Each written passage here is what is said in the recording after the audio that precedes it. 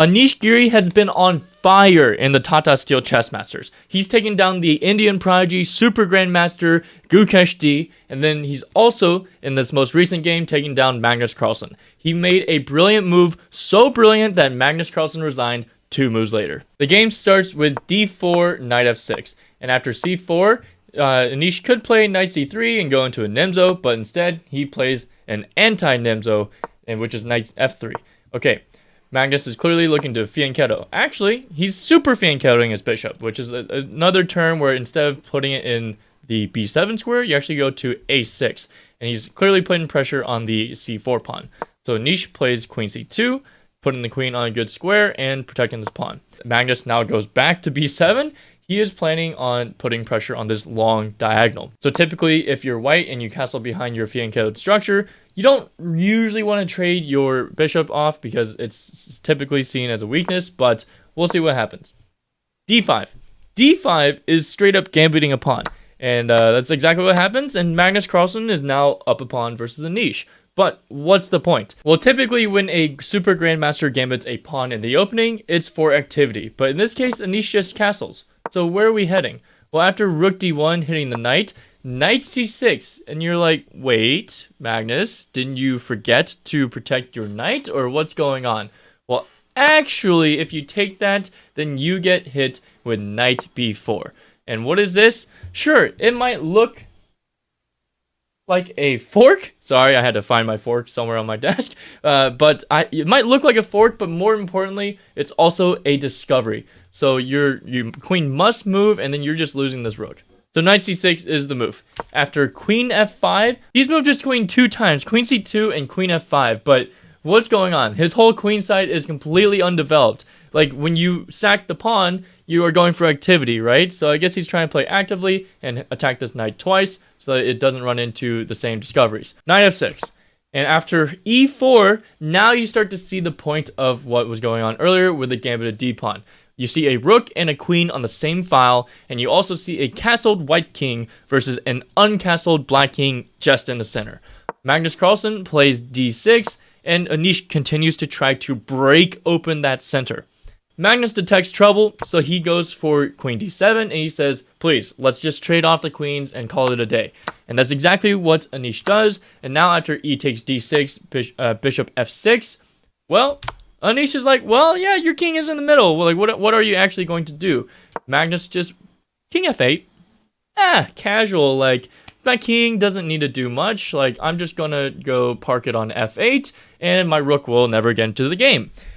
So this is where super GMs do all these crazy things where if we were to do it at our mere mortal chess status, then the world would burn, okay? But for some reason, Magnus is okay to play king f8. Knight b4.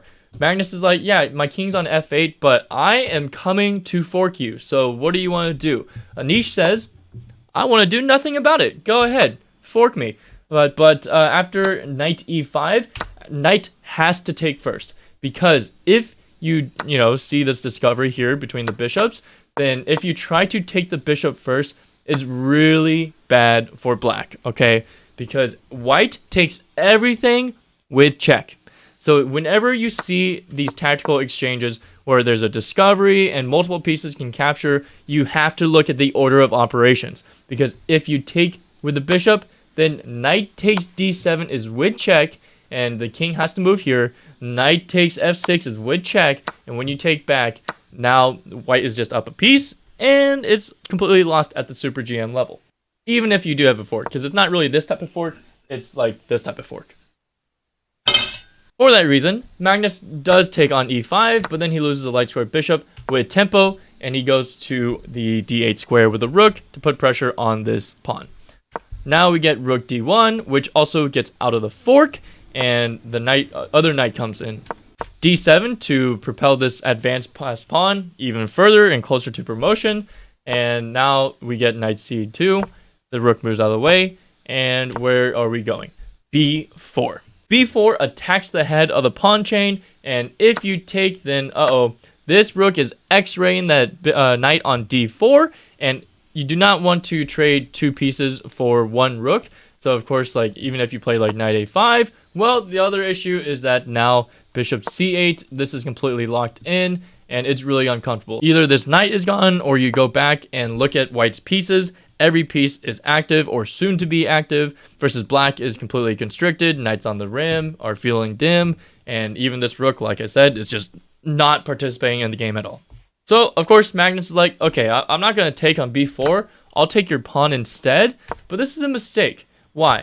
As the position transforms, b takes c5. Now Magnus's beautiful pawn chain is ruined. So what do we have? Bishop a3. Like I said earlier, all of white's pieces are very active or soon to be active, versus Magnus is a little bit tangled up and of course, like, just completely down a rook. Like, I mean, just look at it, like king e7, right? Magnus is desperately trying to activate his rook, because otherwise it's going to be an evaluation of +5. And even so, even after king e7, the computer still thinks it's about +5, because it's saying that this rook is pretty much either completely not a factor, or that Anish is going to win material soon. And let's see exactly how he does that. Well, of course, he wins the pawn. He backs up. Magnus tries to play a5, but, of course, Anish just takes it. The rook comes to c8, knight a4. What type of move is knight a4? You know what it is? It's the top computer move. And, again, like, when Magnus's knight was on the A file, it wasn't so good. But when Anish's knight is on the A file, it's much better. Why? Because in this position, he pins the knight to the rook, and that is creating some pressure. The bishop comes out to allow the king to come forward. The king does that. And in this position, there is a brilliant move with this knight. Anish Giri finds knight c5, a total knockout blow. Because what does knight c5 do? It cuts off the rook from seeing the knight. And not only does it do that, but when knight takes knight and rook takes c4, reinitiating a new pin on this knight on c5 instead of the knight on c4, it looks like an even trade. Knight for knight, and we're all done. Shake hands and walk away, continue playing the game of chess. But instead, Magnus, of course, tries to protect the knight even further, just hanging on for dear life. But instead of trying to pile on pressure with rook c1, Anish finds bishop a5. This bishop pair is completely destroying this knight's hope of living. And if you want to play rook a7, you actually get forked. Like, this is why I'm wearing this shirt. You actually legitimately get forked, and it's a real giant fork. But, instead, if you're like, okay, yeah, I don't want to play rook a7, let's play rook e7, bishop b6 anyway. And that knight is gone. Magnus is going to be down way too much material to try and hold an endgame. For that reason, after bishop a5, Magnus Carlsen resigns, and Anish Giri takes first place after 4 rounds of the Tata Steel Chess Masters. There are 9 rounds left in the tournament, so we will see if Anish Giri can hold on to his first place position as he takes down the world champion. And honestly, I think Magnus has won this tournament like 5 times or something crazy like that. I'll try and keep up with the craziest games of the tournament and make some videos for you, either in short form or long form. But if you want more Anish Giri, then go check out this video right over there. Hope you enjoyed. Happy learning, everyone.